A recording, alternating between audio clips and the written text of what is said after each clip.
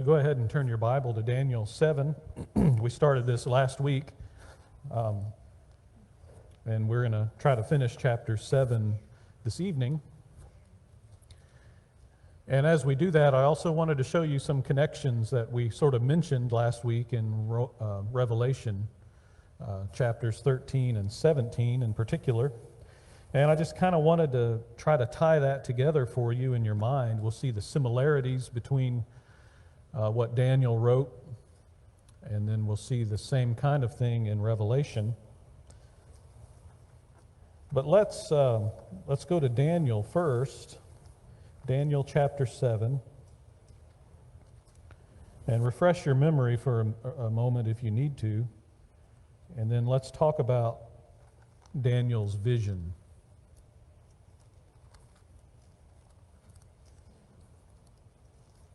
What did Daniel see in this vision early in chapter 7?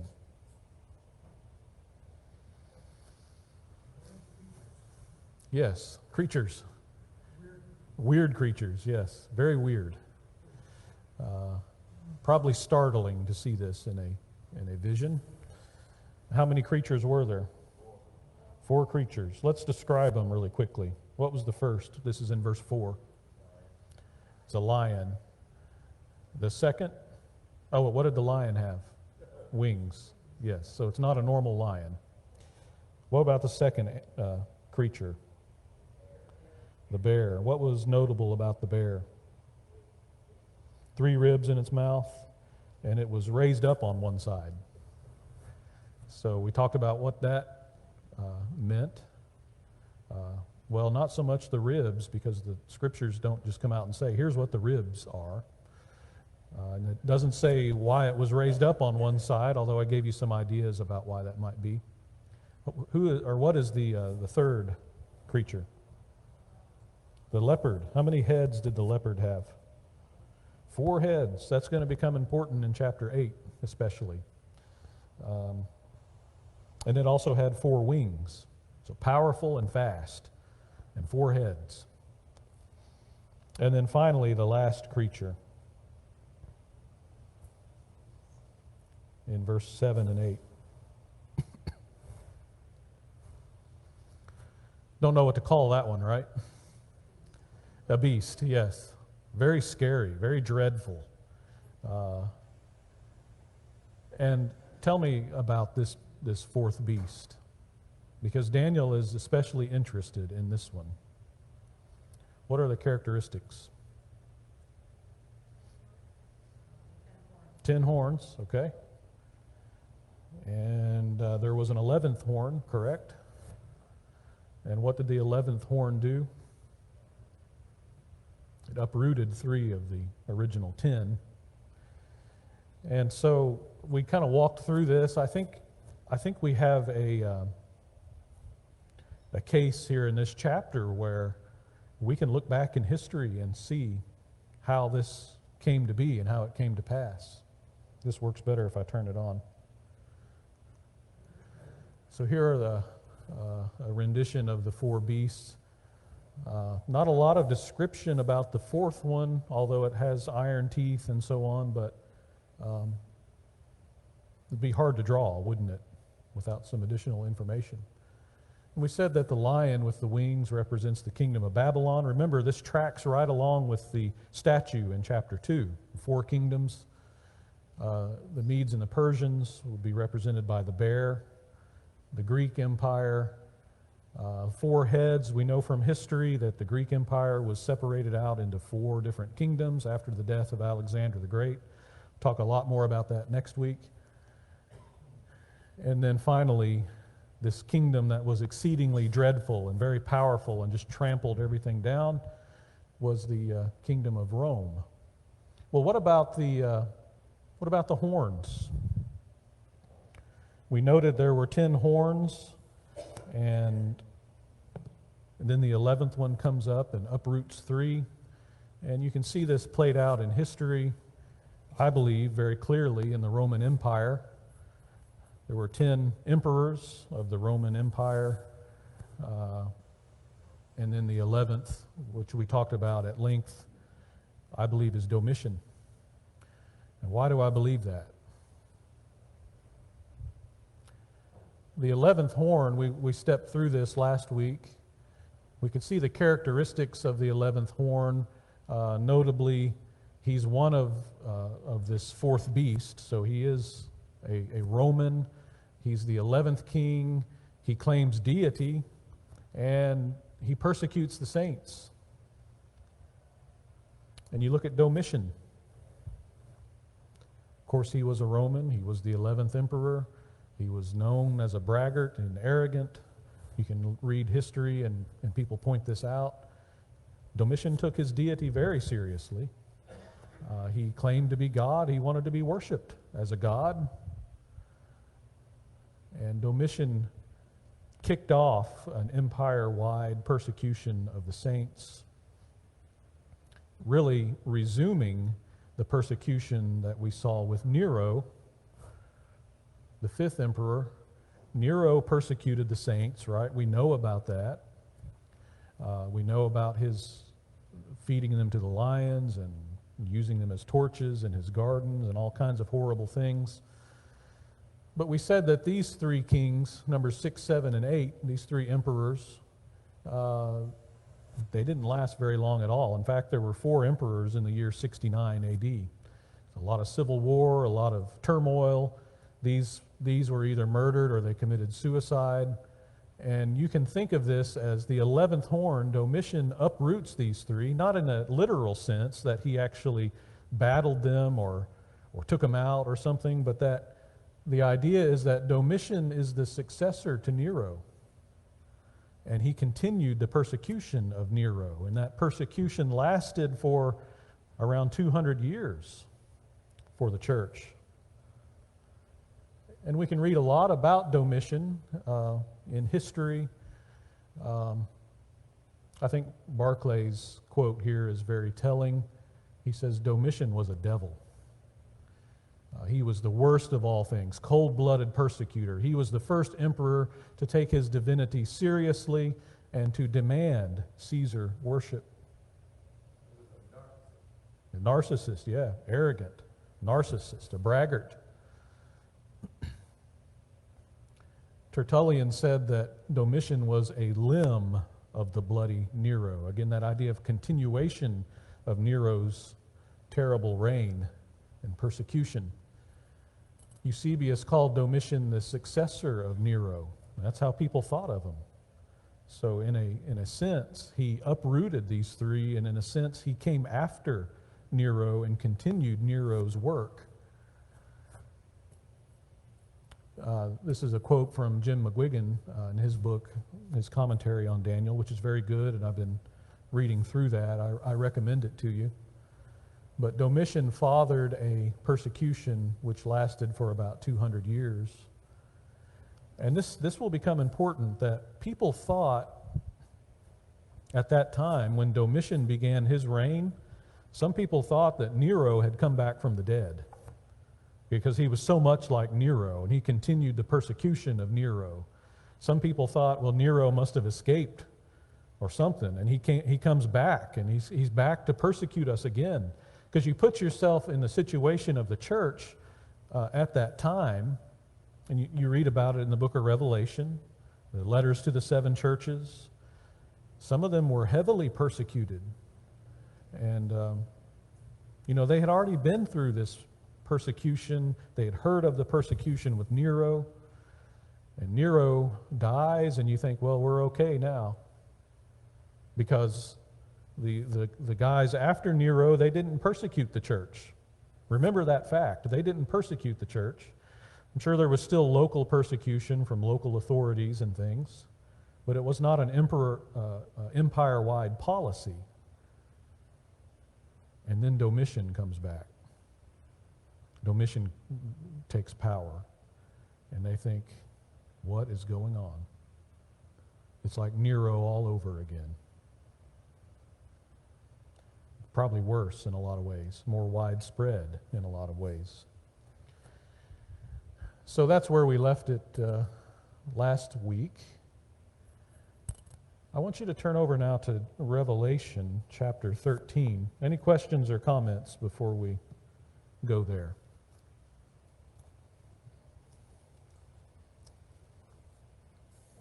Revelation chapter 13.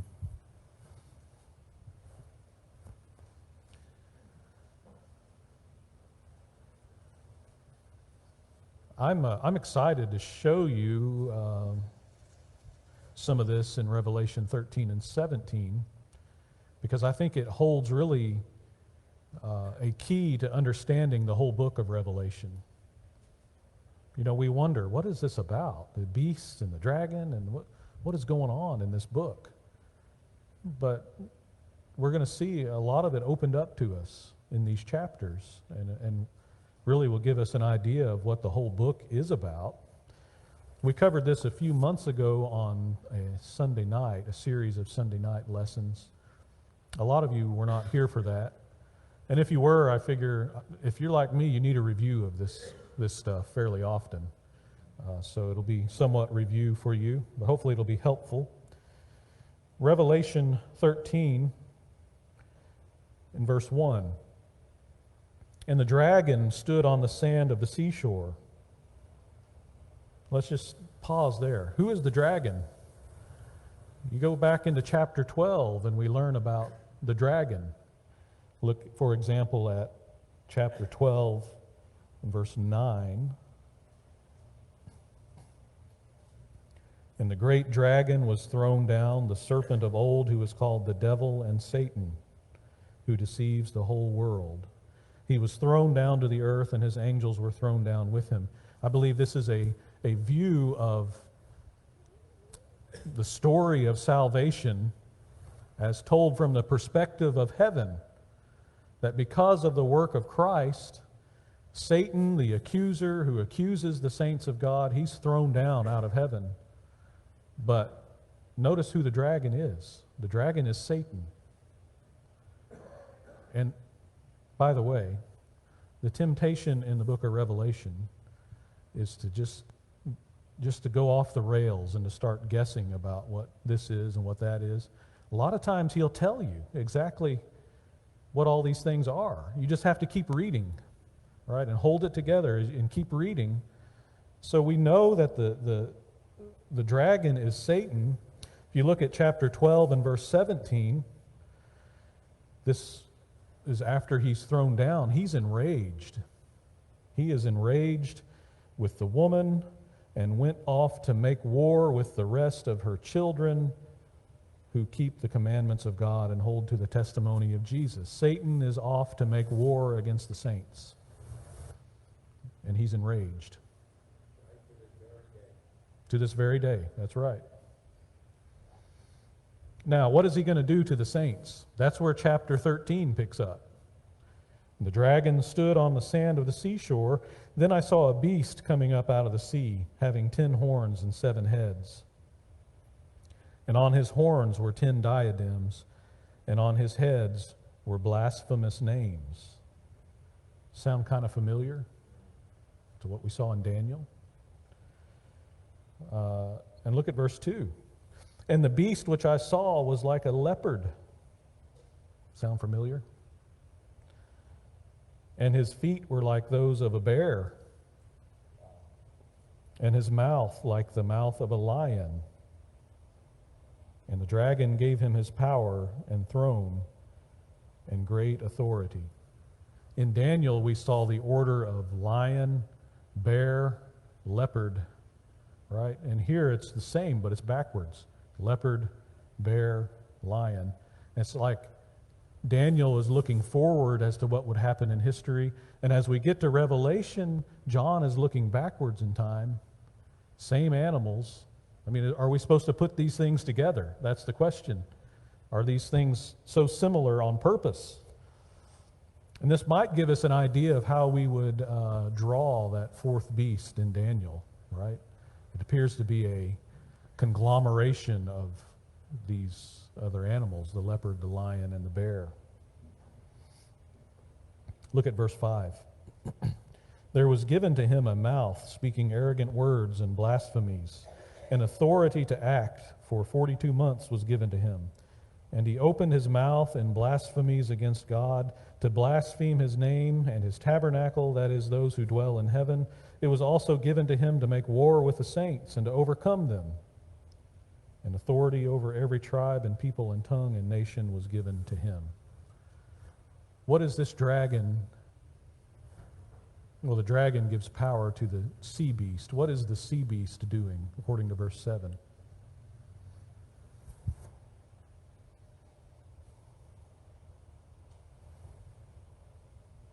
What will he be doing? Making war with the saints. That's right. That's the church of God.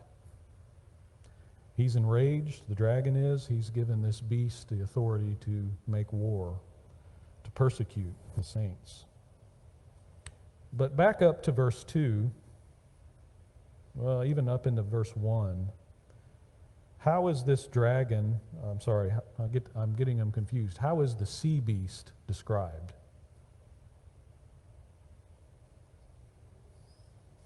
Ten horns, 7 heads. He's like a leopard, and he has parts of a bear and parts of a lion in verse 2. Now look at verse 3. This is very interesting. A clue. It's a very important clue for us. I saw one of his heads as if it had been slain, and his fatal wound was healed, and the whole earth was amazed and followed after the beast. They worshipped the dragon because he gave his authority to the beast. And they worshipped the beast, saying, "Who is like the beast, and who is able to wage war with him?" So we have one of the heads was slain, and then what happens? In verse 4. The fatal wound was healed, and the whole earth was amazed, and the whole earth is worshiping both the dragon and the beast. Now, who is this sea beast? We know who the dragon is. Who is the beast from the sea? And now here's the temptation again. I'm going to start guessing at this. And the beast is, well, this must be modern times. It must be a federation of Europe, or it's Russia, or it's Vladimir Putin. You know, who is the sea beast? Well, again, Revelation will often tell you, if you just keep reading, just keep going, it's going to tell you a lot of what this is. So turn over to chapter 17 of Revelation.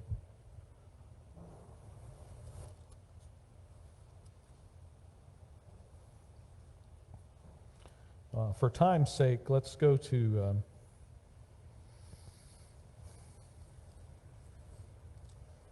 well, I'll tell you what. Let's start in verse 1. Let me read it so you can see it. Revelation 17, verse 1.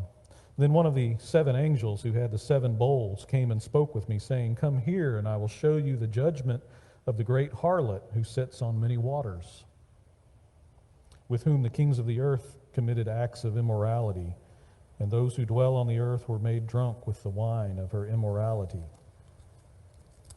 And he carried me away in the spirit into a wilderness, and I saw a woman sitting on a scarlet beast, full of blasphemous names, having 7 heads and 10 horns." What beast are we talking about? It's the same beast. Yeah, it's the sea beast from chapter 13. Verse 4. The woman was clothed in purple and scarlet and adorned with gold and precious stones and pearls, having in her hand a gold cup full of abominations and of the unclean things of her immorality. And on her forehead a name was written, a mystery, Babylon the Great, the mother of harlots and of the abominations of the earth. And I saw the woman drunk with the blood of the saints and with the blood of the witnesses of Jesus. When I saw her, I wondered greatly. This woman is drunk with the blood of the saints. Well, who is the woman? Let's take that first. Who is this woman, this harlot? Look down at verse 18. He's going to tell us. The woman who you saw is the great city which reigns over the kings of the earth. Notice he says, which reigns over the kings of the earth. Not will reign or has reigned, is reigning over the kings of the earth. Well, who was the great city that reigned over the kings of the earth at the time that John writes? It's Rome. So we're talking about that fourth beast. It's depicted in a different way here in Revelation. We'll get to that in a second. But we're talking about Rome. We're talking about that fourth beast. Okay, come back up with me then to verse 7. Who is the beast? What are the heads? What are the horns? He says in verse 7, and the angel said to me, why do you wonder? I will tell you the mystery of the woman and of the beast that carries her, which has 7 heads and 10 horns. The beast that you saw was and is not and is about to come up out of the abyss and go to destruction. And those who dwell on the earth and whose name has not been written in the book of life from the foundation of the world will wonder when they see the beast that he was and is not and will come. That's important. He was and is not and will come. What does that mean? Keep reading. Here is the mind which has wisdom. The 7 heads are 7 mountains on which the woman sits. What are the 7 heads? He just comes right out and tells us. What are they? 7 mountains on which the woman sits. Now, who is the woman again? It's Rome. You know, all throughout history, poets, and you can find many examples of this, apparently. You know how Rome is described? The city on 7 hills. City on 7 mountains. And so the 7 heads are the 7 hills on which the woman sits. Now look at verse 10. It's very important. And they are 7 kings. 7 heads are 7 kings. 5 have fallen. 1 is, the other has not yet come, and when he comes, he must remain a little while. 7 heads are 7 kings. 5 have already fallen. 1 is, and 1 is to come. Now, another critical piece of information here. Verse 11, rather. The beast which was and is not is himself also an 8th. So there is an 8th head, or an 8th king. The beast which was and is not is himself also an 8th, and is one of the 7, and he goes to destruction. So, we've got 7 heads and 7 kings. There is an 8th king that's coming. How can we, does this line up with anything we've seen in Daniel? I mean, so far, right, it seems like things are lining up pretty well. But in Daniel, we have 10 kings because there were 10 horns, and then there comes an 11th. In Revelation, we have 7 kings, and then there comes an 8th. Well, let's think about this. We've seen this list already in Daniel, in the earlier slide. And remember, these 3 were uprooted by the 11th horn. And it's as if in Revelation 17, he just doesn't pay any attention to these 3 because they were uprooted. And so how do we land on this? We have the 8th head, who is Domitian. And remember what they said, right? In the chapter. The beast the beast was and is not and will be again. Right? The beast was with Nero persecuting the church. And then he is not. All of these, they did not persecute the church of God. And then he comes again with Domitian. And remember, everybody's saying, Domitian, this guy is like Nero resurrected. and the persecution starts all over again. And so what I'm trying to point out, just for your edification, is that what we're seeing in Revelation 17 and 13 is exactly what we're seeing in Daniel chapter 7, which I think is really interesting. But I don't know. You all think that's interesting? Okay, good. Questions or thoughts?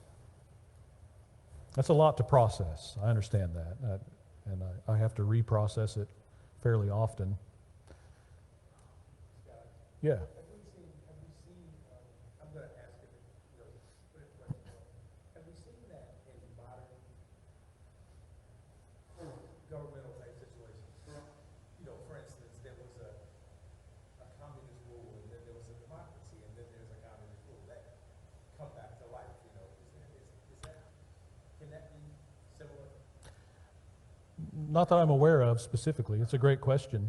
And, as people say, and it's true, history often rhymes with itself, And, but you made me think of Revelation chapter 20. Turn over to chapter 20. I just want to show you this too, because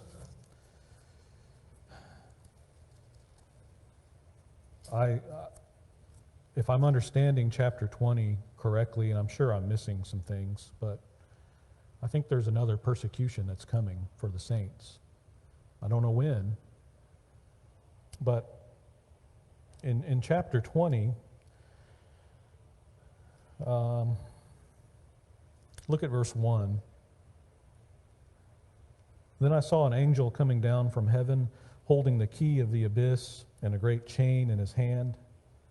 And he laid hold of the dragon, the serpent of old, who is the devil and Satan, and bound him for 1,000 years.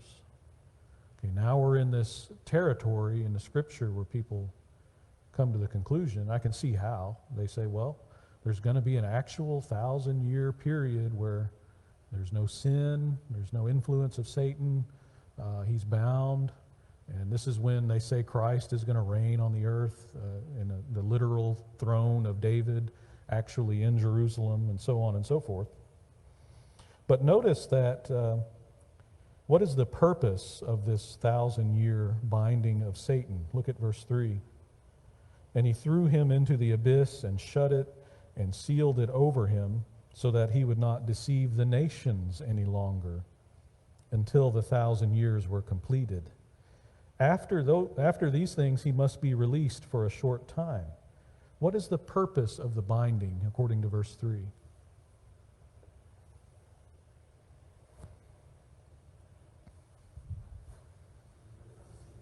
So he would not deceive the nations like he did with Rome, and I think you could argue with Greece and the Medes and Persians and Babylon.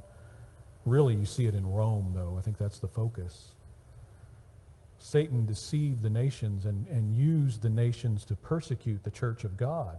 Well, there's coming a time, I don't think he's talking about a literal 1,000 years. We could debate that all night, probably. But there's coming a long period of time where Satan is bound. He's not able to deceive the nations anymore and use the nations to persecute the church on a massive scale like was done with Rome. Now, there's still going to be local persecutions. We know that. We see that in the world today. But the purpose is that he would not deceive the nations. It's not that there wouldn't be any sin, no temptation because Satan is bound. It's very specific that he would not deceive the nations anymore. But then what is going to happen? At the end of verse 3. After these things, he must be released for a short time. And that's one of my main questions about the book of Revelation. Are we still in that 1,000 years, the figurative 1,000 years? Or are we back? Is he released? What's going to happen when he's released? He's going to persecute the saints for a short time.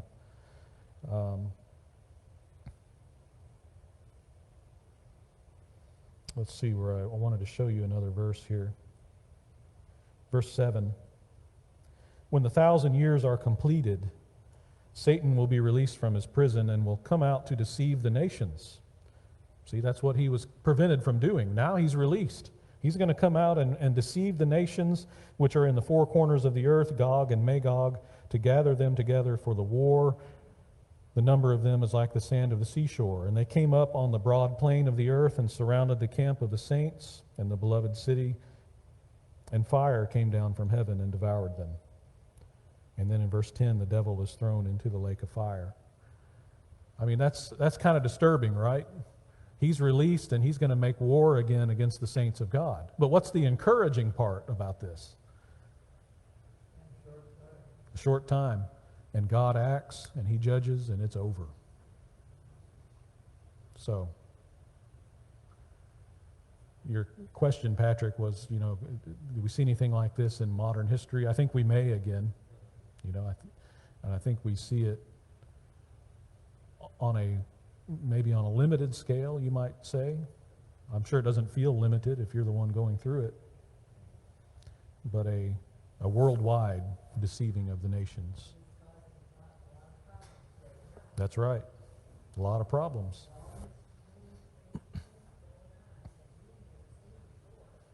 Right. Yeah. Yes. He's the Lord of this world, right? He's the God of this world. But who is in ultimate control? Don't ever forget that. God is in control. That's right. He's reigning right now. We are in that kingdom. We're in the kingdom that will never end. We're in that period where the stone comes and crushes everything. That's where we are now. And we should rejoice in that. He's in control.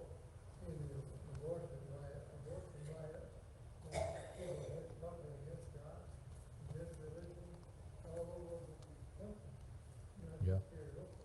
Seems to be kind of getting worldwide, doesn't it? Yeah.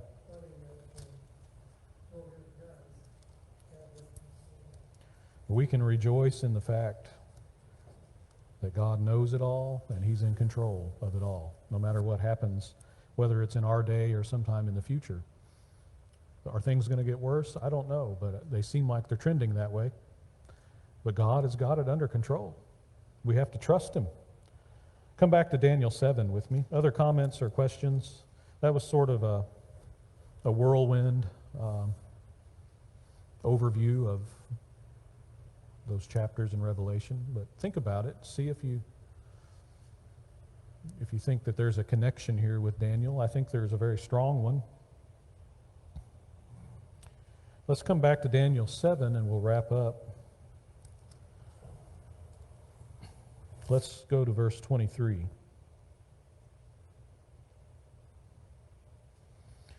This is the explanation of the vision that Daniel gets.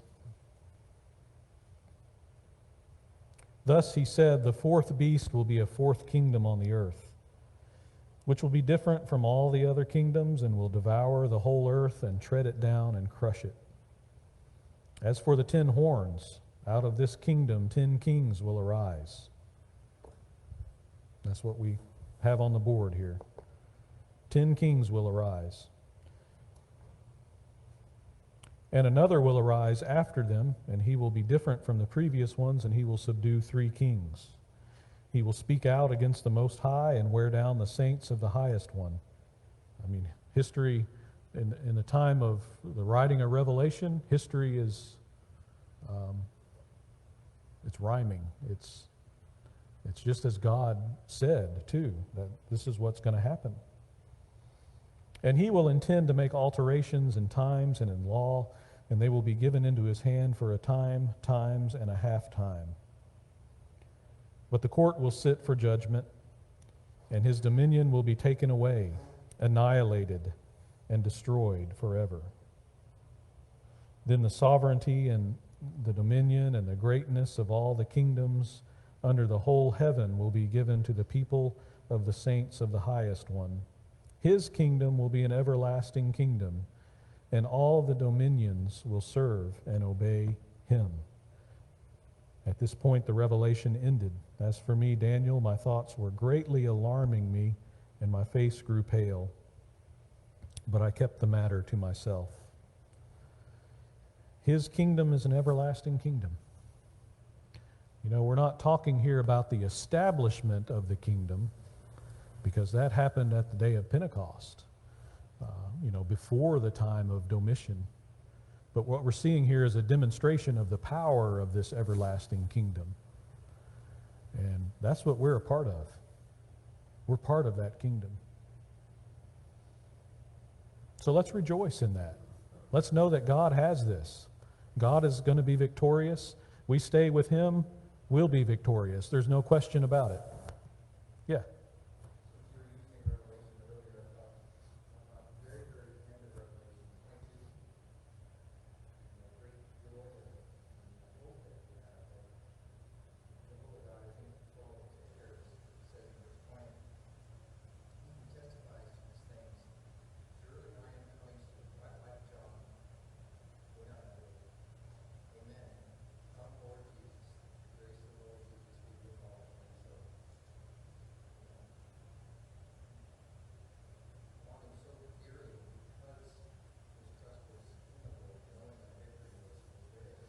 Right.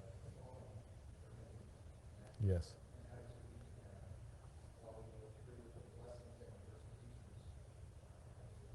Great point. Come, Lord Jesus. He's coming again. And that should be a source, as you say, of rejoicing and comfort that he's coming to make it all right. And fear, yes. A godly fear. Mm-hmm. Very sure. Bob.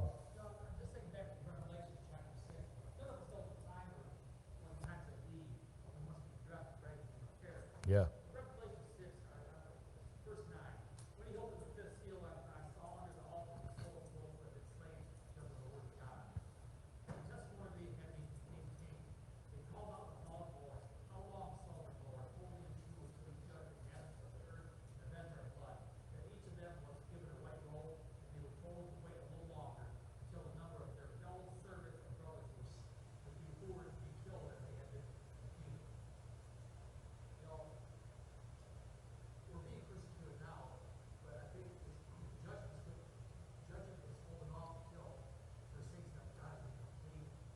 Right.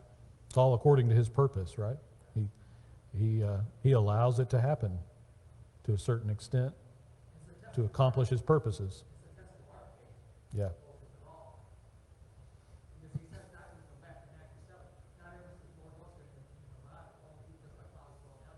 Right. That's right. And be ready. Be ready. You know, did you ever wonder what Jesus would write to the church at Grandville if we were to get a message from Him, like the 7 churches in Revelation? I think one of the things He would say is, you need to be ready. And no matter what happens, you hold on to me. And it will turn out wonderfully. Even though you may have to suffer, you're going to be victorious if you hold on to me. Dave?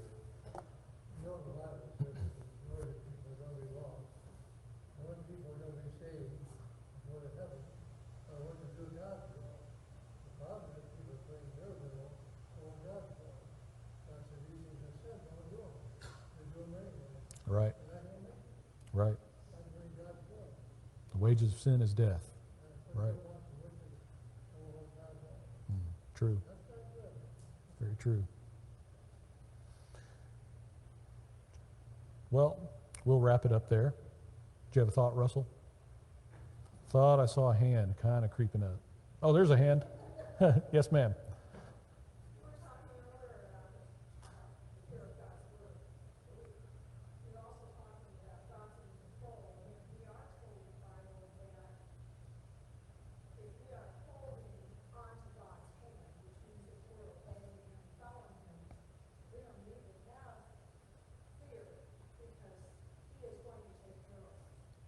Yeah, there's no fear in love, but perfect love casts out fear. So we don't have to have the fear of punishment if we're walking with God, but a fear in the sense of I'm in awe of Him and I revere Him. Yeah, Patrick. Fear of Yeah, that's healthy, isn't it? Fear of disobedience. Well, when your parents told you to do something, you didn't do it. You Yeah, had a fear of the consequences. right. That's You- just true. That's true. You know, one of the lexicons puts it as the fear of God is a healthy dread of displeasing Him. I think that's right. That we need that. Russell? I saw a hand that time, I know.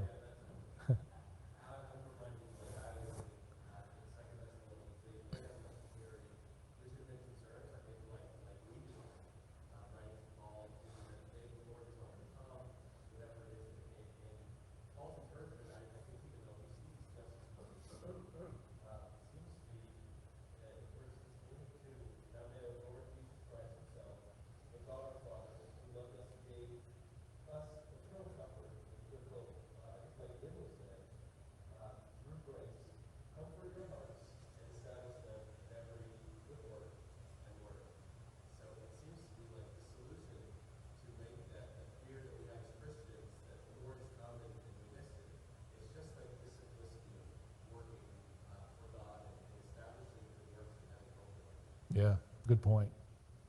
He'll establish your hearts. Yeah, good thought. We'll wrap it up there. Thank you all.